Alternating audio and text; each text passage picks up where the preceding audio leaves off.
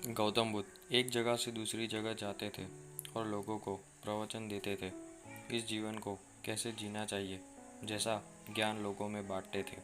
एक बार वह एक गांव में जाते हैं। बाद में वो लोग कुछ दिन वहां रुकने का निर्णय लेते हैं। वहां पर भी गौतम बुद्ध लोगों को जीवन जीने का तरीका और ज्ञान बांटते थे। एक दिन गौतम बुद्ध के पास एक वेश्या औरत आती है। वह उनसे पूछती है कि आप राजकुमार थे, फिर भी आप अपना राजसी और आनंदमय जीवन छोड़कर ऐसा सन्यासी वाला जीवन क्यों जी रहे हैं।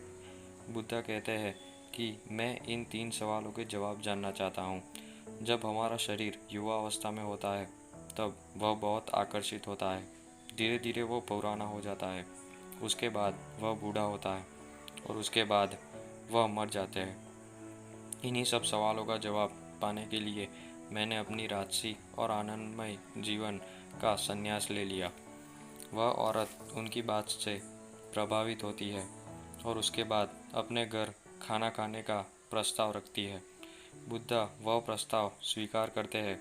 जब बुद्धा उस औरत के घर खाना खाने के लिए निकलते हैं तब गांव के कुछ लोग उन्हें समझाने आते हैं और कहते हैं कि वह औरत ठीक नहीं है, आपको उनसे यहाँ नहीं जाना चाहिए क्योंकि वह चरित्रहीन है।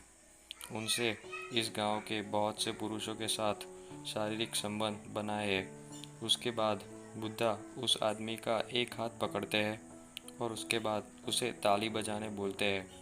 आदमी कहता है कि मैं ताली नहीं बजा सकता क्योंकि मेरा एक हाथ आपने पकड़ा हुआ है। उसके बाद गौतम बुद्ध उस आदमी को समझाते हुए कहते हैं, जब तुम एक हाथ से ताली नहीं बजा सकते तो वह औरत किसी पुरुष के बिना चरित्रहीन कैसे बन सकती है। कोई भी औरत किसी भी पुरुष के बिना कभी चरित्रहीन नहीं बन सकती। जब इस गांव के पुरुष चरित्रहीन नहीं है तो वह औरत भी चरित्रहीन नहीं है। यह बात सुनकर वहाँ खड़े सब लोग बहुत शर्मिंदा हुए। बाद में गौतम बुद्ध ने कहा, अगर हम एक अच्छा समाज बनाना चाहते हैं तब हमें सबसे पहले खुद को बदलना होगा। जब हम खुद को बदलेंगे तभी यह समाज बदलेगा।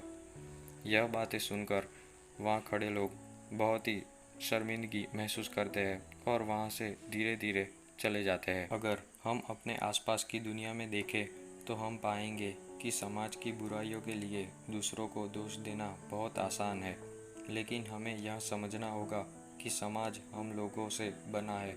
जब तक हम खुद को नहीं बदलेंगे, खुद को नहीं सुधारेंगे, हम समाज को कैसे सुधार सकते हैं। इसलिए अगर हम समाज को सुधारना चाहते हैं तो हमें पहले खुद को सुधारना होगा, तभी हम इस दुनिया को रहने के लिए एक बेहतर जगह बना सकते हैं।